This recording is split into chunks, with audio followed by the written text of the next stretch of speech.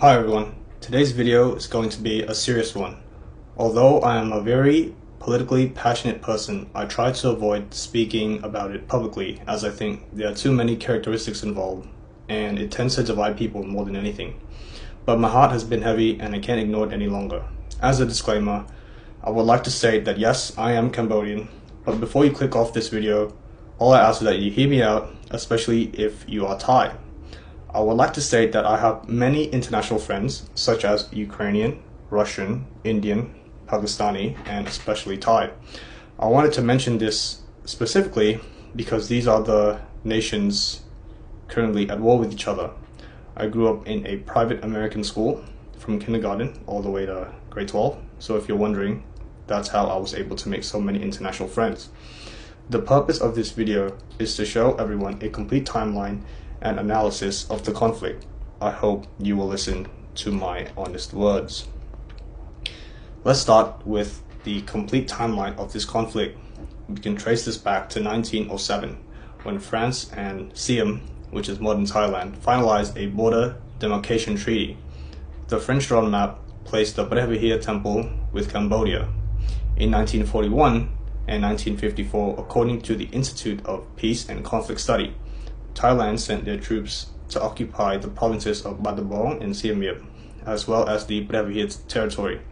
Fortunately, in 1959, the case was taken to the ICJ, the International Court of Justice, and in 1962, it was ruled in the favor of Cambodia, stating that the territories belong to Cambodia, as well as requiring Thailand to withdraw their troops and return all relics and antiquities.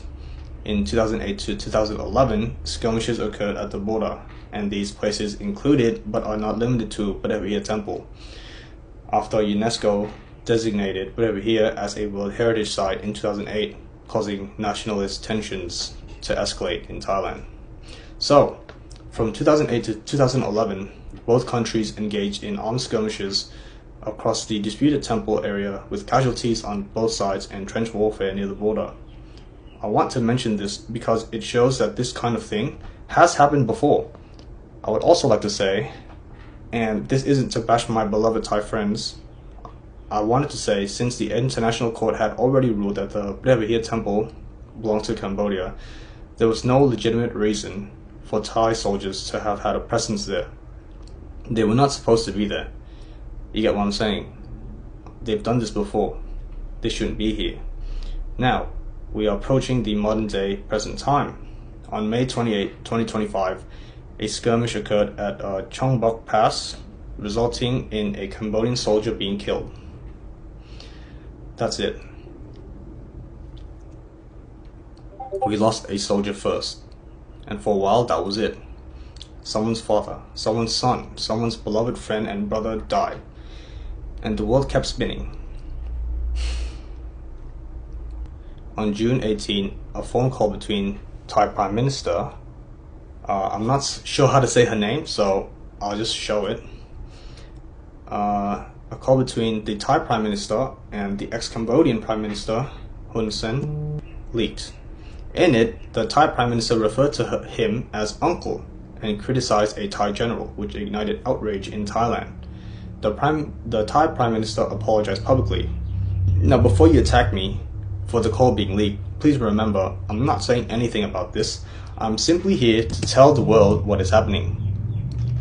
I ask that you be more patient and open-minded and watch the full video.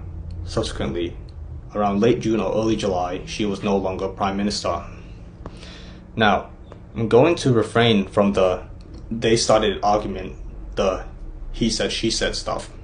So far, what I have done is give facts. The things that I didn't show screenshots for, they can easily be found, so fear not. First off, I want to start off with a question, and then I'm going to answer it with logic. No newspaper references saying that Thailand started it, none of that shit. I'm not going to point fingers, I'm going to use logic. The question is, why would Cambodia start the war first? Why in God's name would Cambodia attack Thailand? The answer is, well, there's no logical answer. Because if you look at the statistics and information, you see that Cambodia's population is around 3 or 4 times smaller than Thailand. Our defense budget is way smaller. Last time I checked for our defense budget, Cambodia's was around 800, 700 million, and Thailand's was 5 billion. They have more soldiers, more modern weapons, jets, tanks, etc. We don't even have one fighter jet. So why the fuck would we attack them first? Before you point your finger and say, haha, stupid Cambodians provoked us, please think.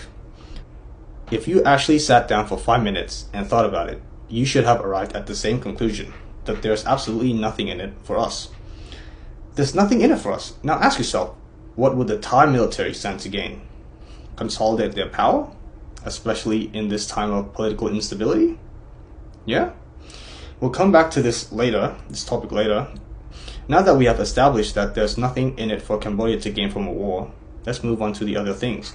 The fact that Cambodia has repeatedly been calling for a meeting with the ICJ, the International Court of Justice, reinforces my point that Cambodia did not start the war, nor does it want war. Think about it. Why would the aggressor want to go to court? If he was the aggressor, there would be plenty of evidence against him. So why would an aggressor willingly want to go to court and be confronted with such evidence? Yeah, maybe Cambodia wants to go to court because they're not the aggressor. Thailand, on the other hand, has repeatedly turned down meeting with the ICJ. Think about that. They don't want to go to court. What could that possibly mean? And it's crazy because I have seen so much fake news on the Thai side saying that their government has been quote-unquote pushing for peace. Whatever the hell that means. And what's even crazier is that their citizens believe it. Their citizens see their government refuse to go to court, ridicules us for submitting things to the ICJ, saying we're weak and crybabies and stuff, and still thinks their side is the one that wants peace, and we're the ones provoking them. We want to go to court because we want peace. It's not something shameful. It's sophisticated and mature. If Thailand wanted peace, they should go to court too.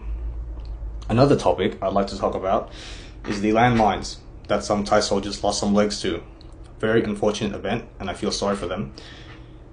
A lot of Thai people have been nitpicking this, saying Cambodia planted the mines and that's a violation of international law.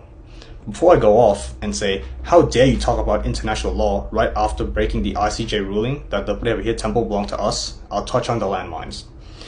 There is literally only 2 points we can all come to here if we use our brains. We could even stretch it to 3 if thinking too hard makes your head hurt. Number 1, the Thai soldiers stepped on a fucking landmine because they were in our territory. This would mean it confirmed that they were somewhere they were not supposed to be. Our territory. In short, you stepped on a landmine because you were in our territory.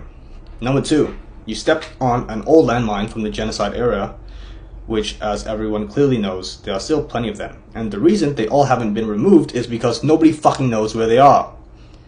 Because trust me, mate, if we knew where they were, we would have removed them a long time ago. There are literal signs in areas that are still unexplored which say danger, landmines. Now, number 3.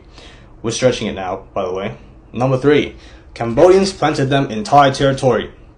This one can be debunked really easily with just logic and without the use of referencing any news articles.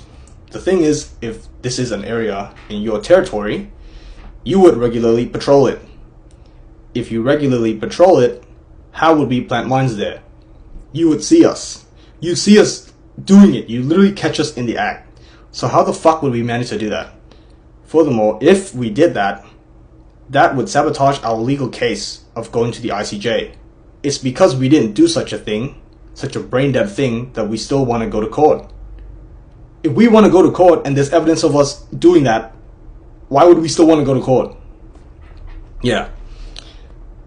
So, going back, it's either number 1 or number 2.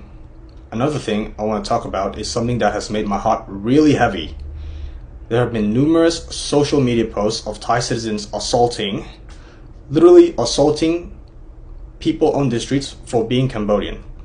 There were many videos, but due to it being hard to watch, I'll just put one case up on the screen.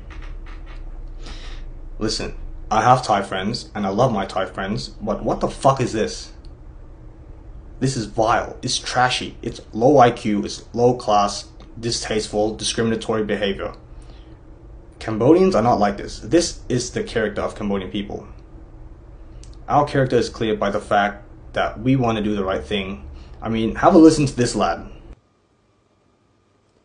สวัสดีครับทุกคนตอนนี้ผมอยู่ที่กัมพูชาและผมสบายดียังไม่มีเหตุการณ์ผิดปกติหรือคุกคามใดๆเกิดขึ้นนะครับขอบคุณครอบครัวเพื่อนๆและพี่ๆทุกคนที่แชทเข้ามาถามครับผมเป็นคนหนึ่งที่อาศัยและทำงานอยู่ที่นี่มาหลายปีแล้วผู้คนที่นี่เป็นมิตรและให้เกียรติคนไทยเสมอครับจากสถานการณ์ที่เกิดขึ้นตอนนี้ผมขอแสดงความเสียใจต่อผู้สูญเสีย